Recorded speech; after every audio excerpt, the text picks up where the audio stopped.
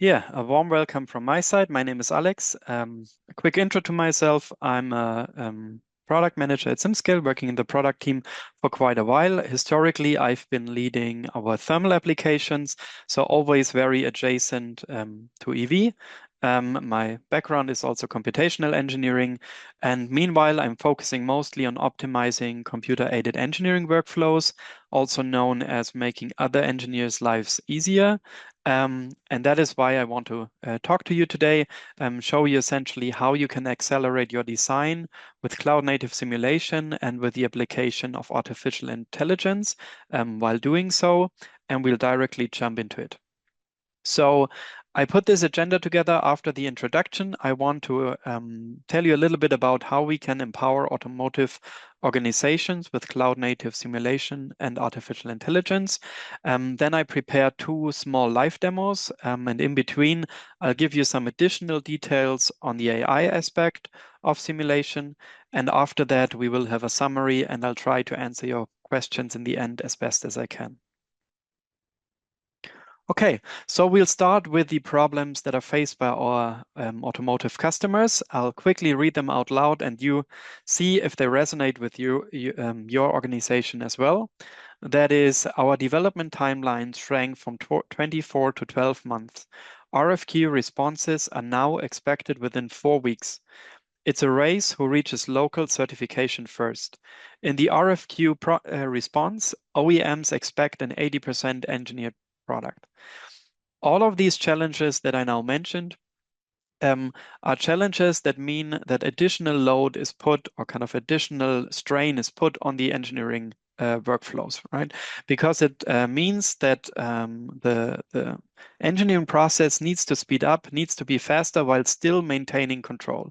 And what usually happens, not just in engineering, everywhere, if you put more strain, more load on a system, it doesn't mean essentially that the system can still provide the value that it needs to, right? It's rather expected that there's issues, and definitely it will highlight the bottlenecks within this process, right? And now, while simulation and artificial intelligence are not the answer to all of these challenges in that aspect, they can improve and help a lot because it allows you to make design adjustments very early in the process, right? But it also requires that the necessary simulation results need to be available and accessible at the right place and right time.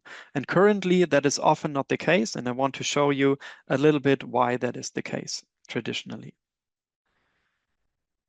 So in the simulation process, in a standard engineering organization, it's often that the simulations are done by a dedicated simulation team. So once we have a design generated, in this case of this inverter, the model gets passed over to the simulation team, and the time that it requires once the simulation is requested and the results are available, we call here simulation lead time, right?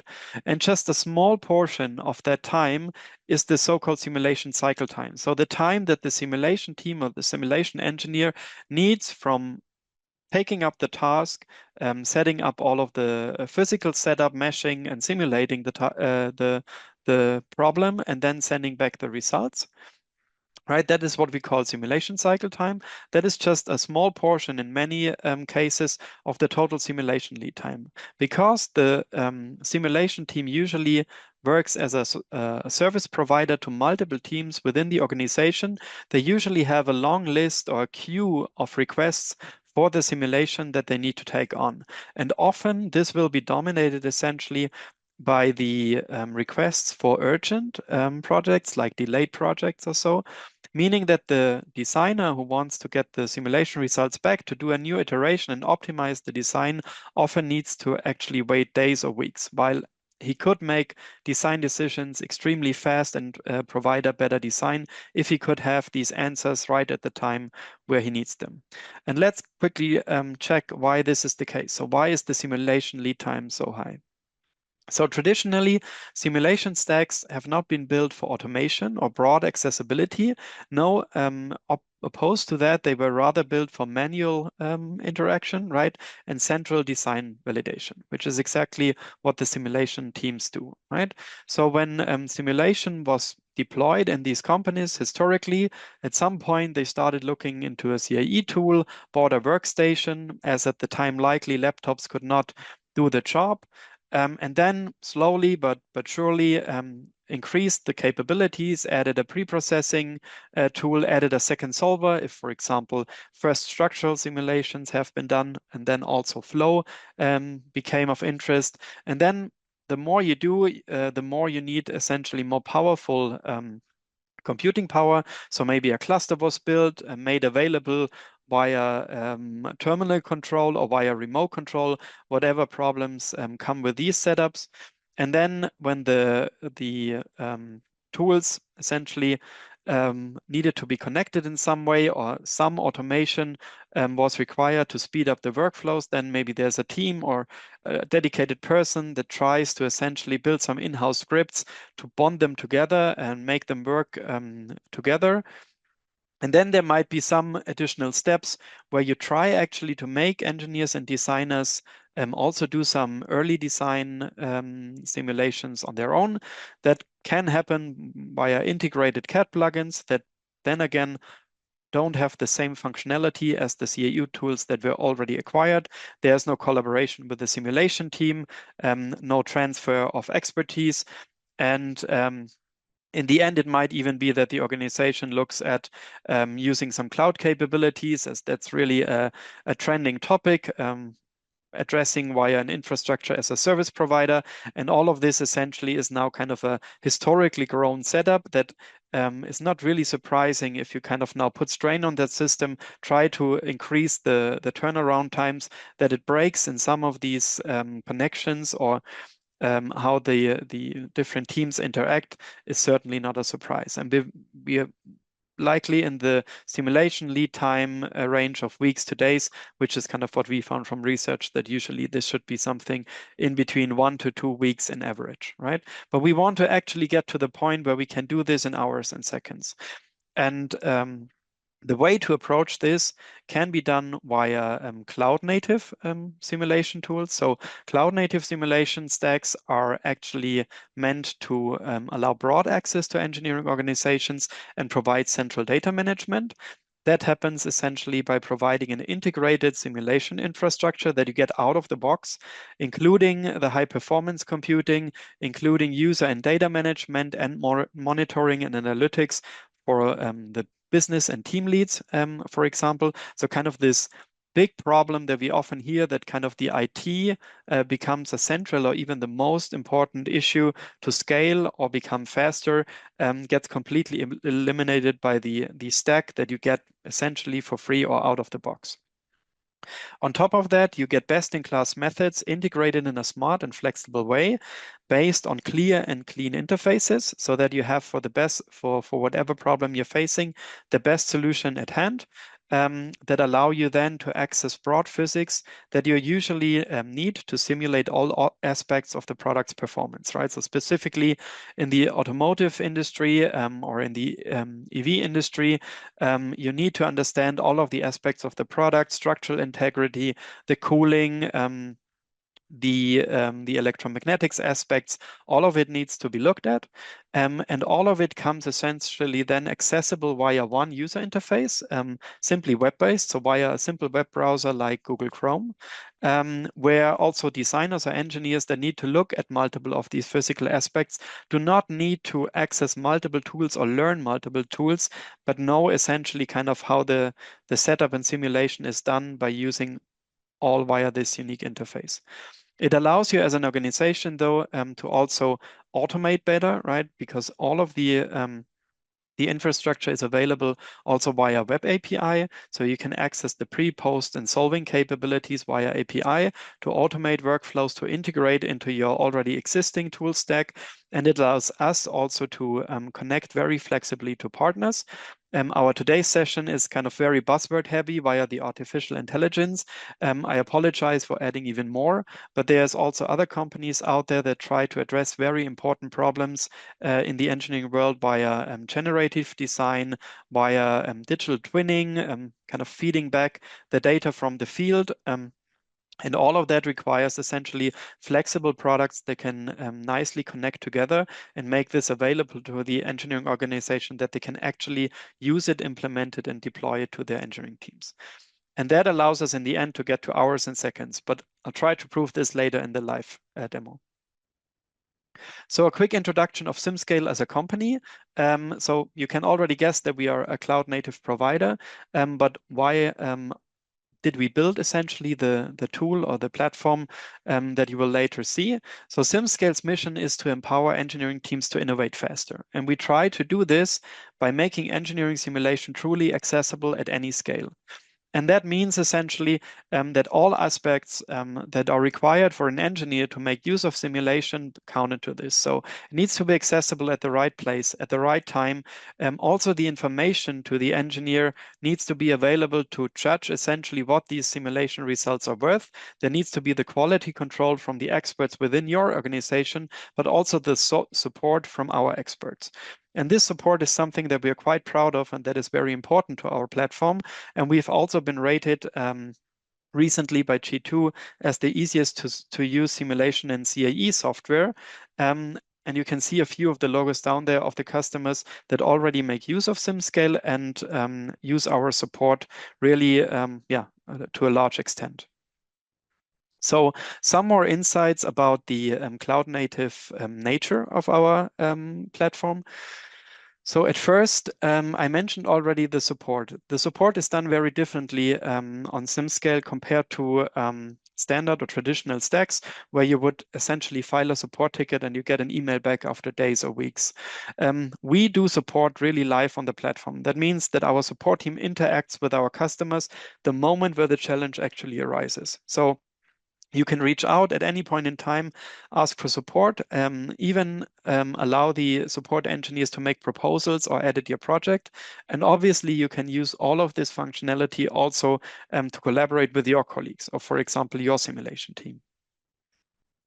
We deliver simulation at any scale. That means essentially that you can run simulations on really huge instances. For example, if you run very complex simulations, transient setups that you want to have fast turnaround times, then you might start these simulations on 192 cores to really get the simulation fired up.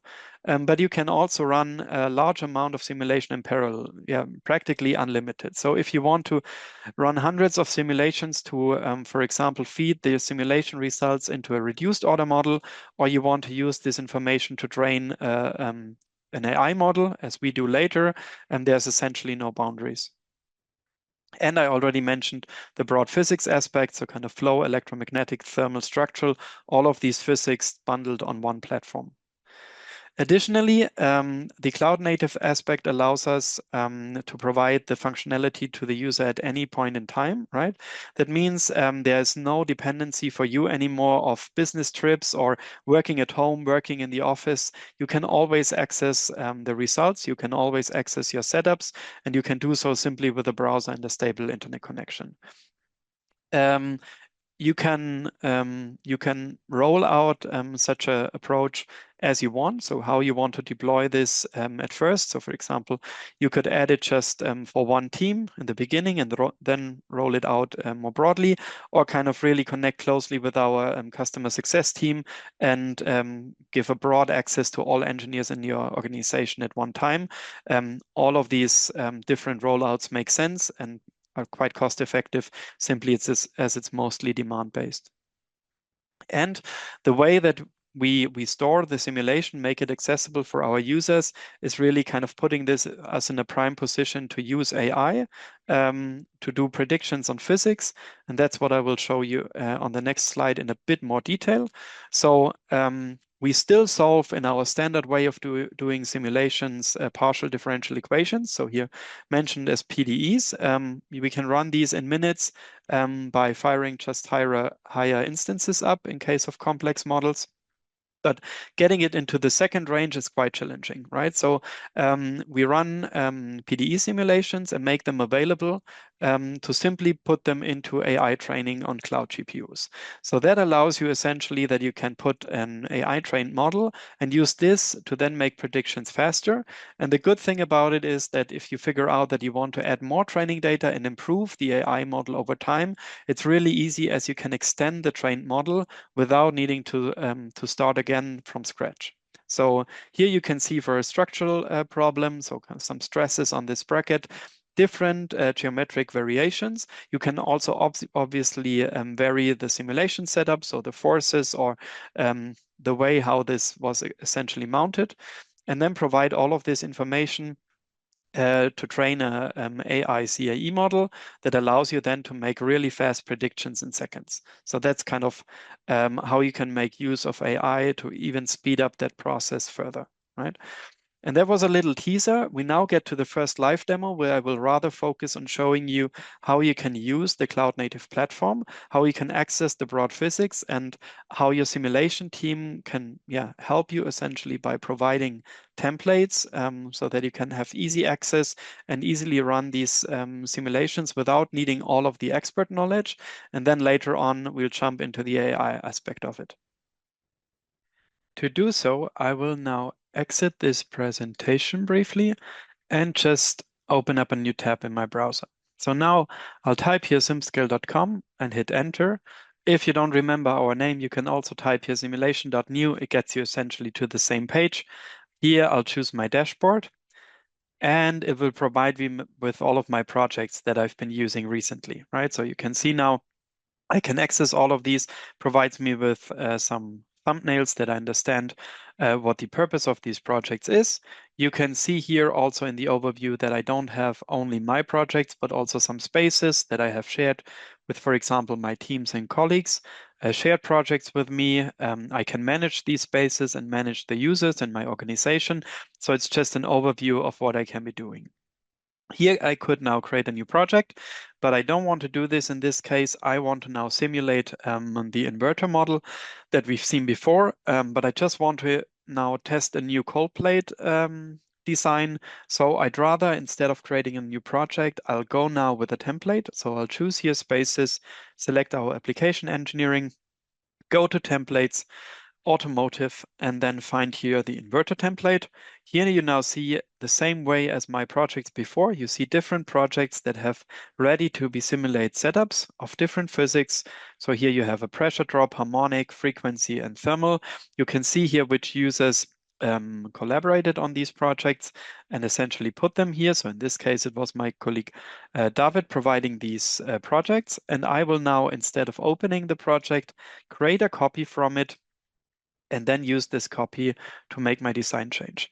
I can choose here also if the project should be public or private. For most of our customers, this option is even disabled as all of the work should remain confidential, but we also have some users in our community that provide public content that you can consume and check. So now this project was now copied into my workspace. I can open it up and open it here in the workbench. You can see now we have here the pressure drop copy. You see here the flow channel, and you can see that I have here a ready simulation setup with all of the settings for materials, boundary conditions, etc. that I can use, where I can also inspect the results. I'll walk you quickly through the user interface in a second. We will do so while the simulations are running. So I'll quickly just show you the result of this first simulation of the template showing a pressure drop. Instead of now going into further details, we'll go to geometries. We look at the original geometry that produced this flow channel that we were testing. And now I'm clicking here, edit a copy to modify it. For simplicity, I'll just modify this in SimScale. Obviously, you can also do so in your CAD tool and bring it in. So I'll select here this face, expand the selection to the same area. Whoops. So I can select all of these, move them to expand them a bit by maybe 1 millimeter, make them a bit thicker. We'll see that in a second how that looks. So these turbulent elements now have become a bit thicker. So we expect a bigger pressure drop, of course. And to simulate it, I now need a flow region again. So I go flow region internal, select the seed face that should be on the inside of the flow region, and I select the bounding faces here, this tiny little one. So I'll just again expand the assignment to the same area to also capture it on the other side and hit apply. So now this will extract inside here this flow channel that I can then use to run the simulation, where I can apply the velocity inlet on one side, the pressure outlet on the other side, do this pressure drop analysis based on this. Now it's finished. Okay, cool. We'll show all here to delete the other parts. These are not required. So I select the flow channel and invert the assignment instead, hit apply. And we now have the flow channel with our bigger turbulence elements. And I can save this design to now test it in simulation. I mentioned that we can do many different types of physics. That's what I could now do here in creating a new simulation. You can see all of the different types, thermal coupled with flow, radiation, etc. In this case, I have a template ready, so I don't need to do this. I simply duplicate the simulation setup that was provided by David. I can select geometry, replace the geometry now with my new model, and hit save. What happens now is that I get here a swap report. I didn't change the geometry much, so it's expected that all of the mapping here worked. We do this also with the information we received from your CAD tools, from the saved selections, from the IDs, making sure that in an ideal scenario, you don't need to touch any of these settings again, so that you can just simply hit start and run the simulation. In our case, I'll now make even a quick change to the setup. Instead of having here a fixed mass flow, I want to have a parametric one. So I'll put here the 0.5 that we had before, but additionally, I'll also simulate here 0.1 and maybe also 0.15. Apply this. We'll see now that I have here a parametric value for the flow rate. I'll save this and click start. You can see here now the first representation of artificial intelligence on SimScale. So we're using a prediction model to understand what the rough duration of the simulation will be and the computing resources that allows you simply to understand, does it make sense that I remain close to the simulation? Should it be running over the weekend, over the night, so that you get a good understanding of how long it will take until the simulation is finished. And now, down here, I started an experiment. You can see the different setups, the different flow rates, and all of these three simulations are now executed in parallel in the cloud and will probably take roughly the same amount of time. So kind of in the simulation time of one of these simulations, I can have the results for all of them. I don't need to wait. I don't need to do sequential iterations. I can run a whole bunch of different variations, use this information to make design decisions, or use this these results for reduced order modeling or AI models. Great. So that gives us now a few minutes. You can see this is running 0 minutes. To give you some introduction to the user interface, this might look quite familiar, right? So if you use the computational tool for simulation, it looks probably quite similar. You have on the left-hand side the simulation setup, on the right-hand side some access to the geometrical topology. But you can see already on top now we have the URL, right? So still all of this is running in the browser, so it requires little to no local resources to at least open up this simple model. You have here the chance to manage the permissions of this project. So you could share it here with our support, or you could share it with colleagues. You can even manage the edit access or the permissions for the users that you want to have. And if you don't even want to share it with our support, but rather directly interact, you can open up this chat. You can see here my colleagues. Those are real people, so there's no AI involved in our support functionality. Our support team is very distributed on the planet. So essentially, you'll find help at most times within minutes. And also here again, you can share the project and directly interact with our support team to fix any issues if you might face some during the the setup of your simulations or while doing post-processings, etc. So we can now check we are at 10%. This is now running for a minute. As I said, the model is rather simple, so we don't expect this to take too long. We can now also take a look at the results outside of the screenshot. So I'm loading now the post-processing environment for the results that were already in this template project. Here you can now see the parts displayed with the pressure. So we can evaluate the pressure drop of this. We can also inspect some things here, for example, get some statistics on the faces like maximum area, area average and minimum. So you can do all of these analytic things. You have a lot of different filters available. We can enable, for example, now this cutting plane. We don't see too much. Let me click on the statistics again. So we might use the same position that we also later use for the surrogate model. So I'm putting this in here. Maybe we rather still show the parts, but clip them so that we get a good impression. And I probably, in this case, want to show velocity for both.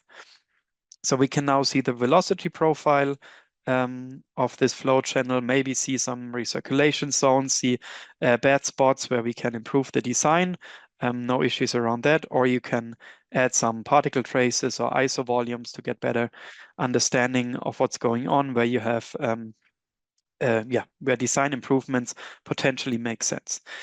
Here we can also compare solutions. So once our simulation is done, you can see now down here that we already reached 46% of the simulation. So it shouldn't take too long until this is totally finished. And then we can use this compare screen to also look at the results side by side. Which one is the better design in terms of pressure drop? Which one might be the better one in terms of forced convection efficiency?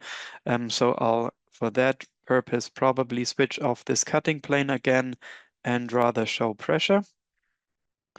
And we'll quickly jump over. The first run was already done, so the 49% is just because the other two are not yet done. So you saw after 3 minutes, we have a first result. This is also the flow rate that we have used in this run. So it makes now sense for us to go back to the solution fields, or maybe open up this one here.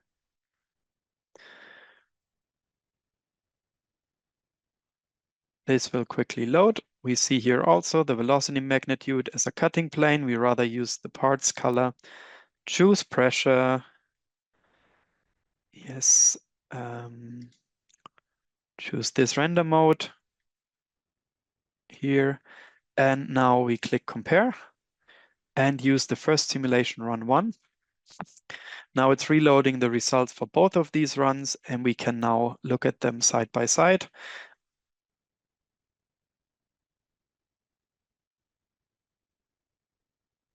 Yes, and understand how eventually our new simulation turned out. You can see that the highest pressure appears here on the left-hand side. We increase the size of the turbulence elements, so that doesn't come as a surprise, but we understand now the quantitative nature of this change, and can obviously now apply the same filters again on both sides. The views are synced here, and the scale applies to both. So really nice to make adjustments, understand how we can improve our design.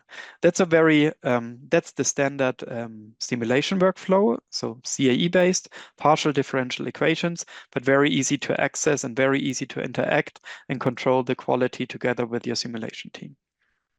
This is now where we'll end our first live demo, and we'll jump quickly back to the slides. Open these up again. Right, okay. Now, how can we use this to train an AI model? So we talked about that the infrastructure of SimScale provides a mature basis before.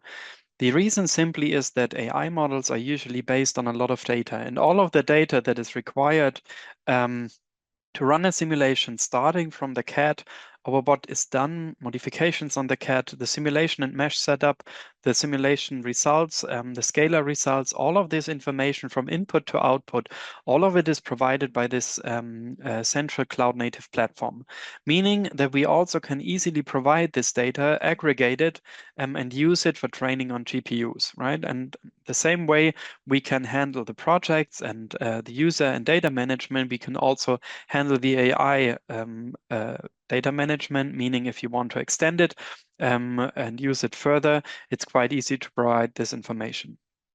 What is currently supported by SimScale is the resource prediction in the eye simulation. The second part is what I show you later. I already mentioned the resource prediction. We're currently implementing results preview. But there's other aspects of AI that will provide better efficiency to engineers in the future as well, that we can already foresee. So pre-processing automation, setup suggestions, and also automated design insights.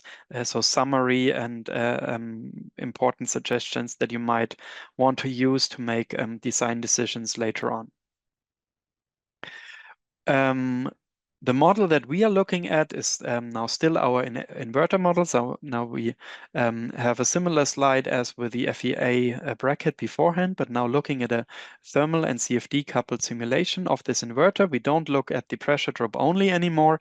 Now we look at the MOSFETs, so the critical components of this inverter that should be below a certain degree Celsius value, and we look still at the pressure drop of the cooling channel as kind of the combination of these are what makes it really tricky to design this part, right? So essentially that we have a low cost on the pump, cooling down these components, at the same time have them run not into a critical range. For that kind of we have this setup. We have here, as you can see, a different variation of this geometry, and we want to get AI results in seconds to make really fast design decisions. So that means really for our power inverter, as mentioned, the main interesting result components.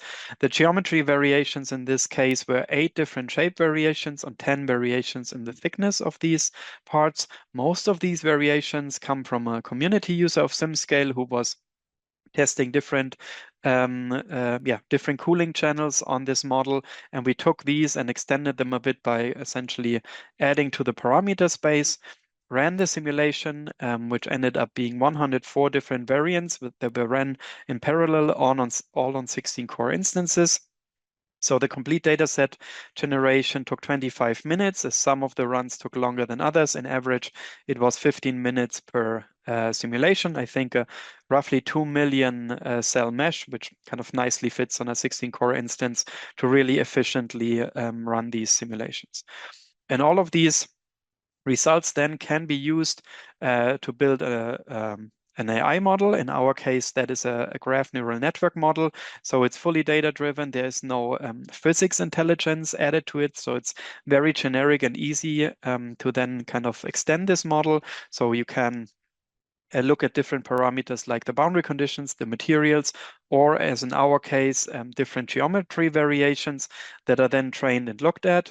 And the total generation of this AI model took less than 24 hours on a single GPU and can be then used to make really extensive parameter studies with the AI prediction. Similar to simulation results, it's always important also for AI prediction that you understand what your results are worth, right? So kind of a bad simulation result is only bad if it's used for a decision. So it's important that you understand what you get back, right? And that's also for on our platform, as we have users of very different backgrounds, is extremely important for us, meaning that we invest a lot of effort and smartness into automating the workflows, but also into making it very easy to access essentially information that give you the confidence what you can do with these results and give your simulation experts in your organization also the chance to make this available for you. In this case, the main point that can be used and was done in this case is that we use just part of the simulation data that we created of the 104 simulation, in this case 89, to train the AI model. The other 15 configurations are unseen by the AI model, so it's our test set. What we can do then is comparing the results on the AI prediction of the test set to the results of the simulations on these parts, right? And that's what was done here. So we can understand on the left-hand side, the temperature, the max temperature on the MOSFETs, where you can see essentially if the simulation result would be exactly predicted by the AI prediction, then all of these blue points would be lying on the red line, because then it would be kind of the exact same temperature. You can see how far away or how close these are. In this case, it's really in a small range below 1% for all of them. The same for the pressure prediction, where you can see that we have one outlier here on the very top. Certainly, you can see that most of the training data seem to have lower pressure drops, right? So essentially, it's quite obvious that the training set for this outlier is probably not the best. So in this case, you would get via a confidence interval that is provided on the platform as well, an indication that probably you should extend your AI model with additional information around that point. Otherwise, the prediction is quite close for all of these test sets models. So we know that in this range, probably we have a good idea of what is happening. And that already gets us to the second live demo. So we'll now jump over again to the platform to look into how this really looks in live. So then let me get out of this presentation again. We don't need this project anymore. And I'll open now in my dashboard this inverter cooling AI project. So what I did here was bringing in one variant of each of the different turbulence element shapes. You can see here now that we have 8 different ones. For example, geometry 6. So if I hide here the flow region, we can see these square elements, or variant 7. We also quickly hide here the flow region and the casing. So we see these elements. We can now compare these as the simulations are available. So I'll open up the solution fields in this case, taking now a look at the most important quantities, right? So what is the pressure drop on this inverter, and what is the temperature? And what we can see here now is the pressure field. And we can also use statistics to understand what exactly we have. So we have 2,277 Pascal here on the inlet as a pressure. And now we can compare this to a different variant. So we choose variant 6, load the comparison mode. Now I want to understand if the pressure drop for variant 6 is higher or smaller, and what's the cooling performance on both of these. So let's change here to this. So we see that the pressure drop is obviously much higher, right? So we see here that we have 2,200 on that side. Here we are 2,800, so way higher. So we would expect now that at least we have then a better cooling performance. So let's take a look at temperature. We have the MOSFETs on this side. So as you can see, it's not exactly the same distribution, but almost identical, right? So the additional pressure drop in case of variant 6 does not really lead to superior cooling performance. So not really the variant we probably want to follow. So let's take a look at variant 7 and think about if we can maybe improve it further, right? And to do so, I will now, instead of looking further at the simulation results, now go to the geometry, hide maybe again the casing and the flow region so that we can look inside. And instead of now using the simulation results, I'll now start the AI prediction on this model. So I click here on AI preview and click on inverter model. There could be more models here that I got shared by my organization or by my team, or that I created myself. In this case, I have just this inverter model, and now I start the prediction. So what happens now in the backend is that the configuration of this geometry and the configuration of this simulation are used as input for the graph neural network. And this neural network now tries to predict the most important result quantities that I decided upfront, right? And that is essentially the pressure drop and the temperature on the MOSFETs, so the critical components. I want to understand what that is, and I see here now the MOSFET temperature as 319 Kelvin and the pressure drop as 2,318 Pascal. That is pretty close to the 2,270 that we saw in the simulation results. We can now also see this model confidence that gives us an indication of how close our configuration is to the training set. It doesn't give us insights on the result accuracy itself. That we get from these quantitative data that we can compare in case where we have simulation results quite nicely, right? Still, it's an indication of where we lie and if you might want to extend the training set further.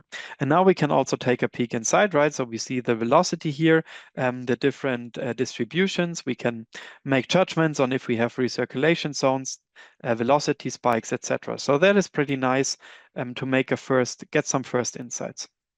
So, and if we now decide that potentially our temperature is totally okay, might be even a bit higher, would be acceptable, but our pressure drop is still quite high, we can maybe make a change now in this geometry. And to do so, I will now quickly close the AI prediction and bring in quickly Onshape, which was the CAD tool that was used to create these variants. So we have here variant 7, our geometry with these elements, and I'm now changing them just slightly. So I want to reduce the pressure drop, so I make them a bit smaller here on the outside, and these inside elements also by 1 millimeter. Saving it. Now we have this new variant. We can download it or export it here in Parasolid format. And that's everything I wanted to do inside of Onshape, right? So I'll go now again to SimScale, go back, import the geometry, bring it in. I don't need these toggles here as the geometry is quite clean in Onshape. So it will take a few seconds to import the model.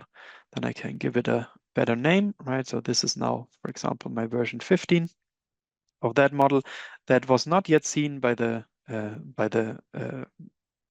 graph neural network. So this is a totally new version of this model, but might be close to the training set data. So we will see that in a second. So I'll duplicate now my variation 7 simulation simply because the geometries are quite close. So I hope that everything matches, and in case not, I can probably quickly fix that. So we get the swap report in. We can see that for the flow region, in this case, it didn't work to match all of the properties. So I'll now quickly click here, assign again the flow region, also assign the velocity inlet and the pressure outlet, right? And now I'm ready to predict this model as well. Let's take a look inside if we really get the right version. Yes, that's now the smaller elements. Let's hide this again, and I'm activating the prediction again. So what we would expect now is that the pressure drop was reduced significantly by the geometrical changes that we did, but we do not know what that influence is on the MOSFET temperature. So the cooling performance likely will now be reduced, and it's down to the designer to decide, is that good enough? What do you want to do to increase or improve certain aspects? But now with this prediction, you can do this within seconds, right? So you can change the geometries in your CAD tool or in SimScale and then get predicted results quite fast. So what we can see, we have now a pressure drop of 1306 Pascal, and we have a temperature of 322 Kelvin. So we are 3 degrees higher, but we significantly almost halved the pressure drop inside of this flow channel. So that's pretty neat. We also have a good confidence interval. So the changes that we did likely lie within the parameter space that we used on the variations for the training set. Yeah, and that is actually quite nice. So as a small spoiler, I obviously also try to simulate this outside of this project so that we can now take a peek on the predicted result and the simulated result for an unseen version, as in this case. So let me quickly move this over here. Oh, to the side. 1 second. Oops. Like this, sorry. And bring over the results from the CFD simulation as well. That's here. And now if I scroll a bit out, or maybe get this to the side so that we can better see the model. Now we can see the velocity field, for example, here has now a difference in the maximum value of 0.4 roughly. Yeah, that's quite close, not exactly the result that we get from the simulation. You can see the flow patterns. You can also see some visible differences, not too big. Certainly, this helps us get an impression of how well this works if we can make fast adjustments, right? But we would also recommend, obviously, in the end, that you might do on the final design that you got out of the iterative design work with the prediction, a dedicated simulation again, or even physical testing. That usually is the best way you can do. Great. I'll leave it at that. We'll go back to the presentation and wrap it up. So let me close this.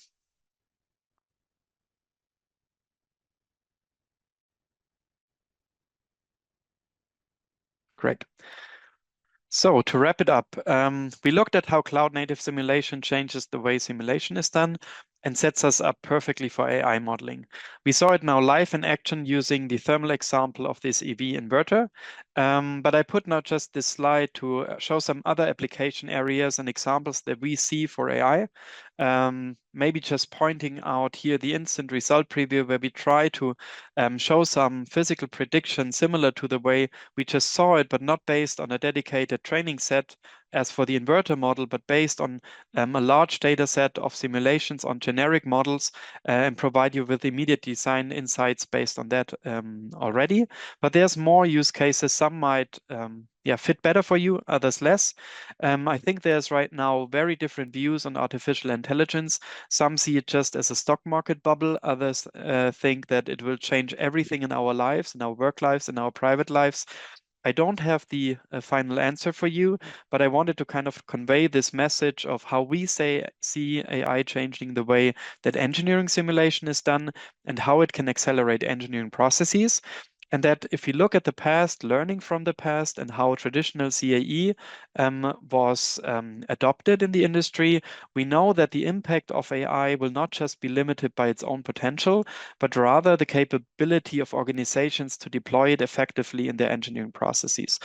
And if you're on that road, if you're on that path already, if you're planning to get started, we'd be more than happy to be a partner on that journey.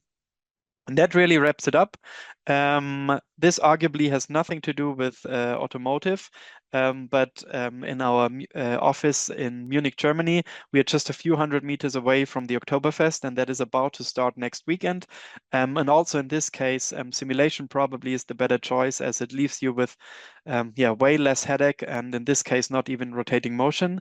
So I want to thank you for your time and your interest, and I'm now really happy to answer the questions as best as I can.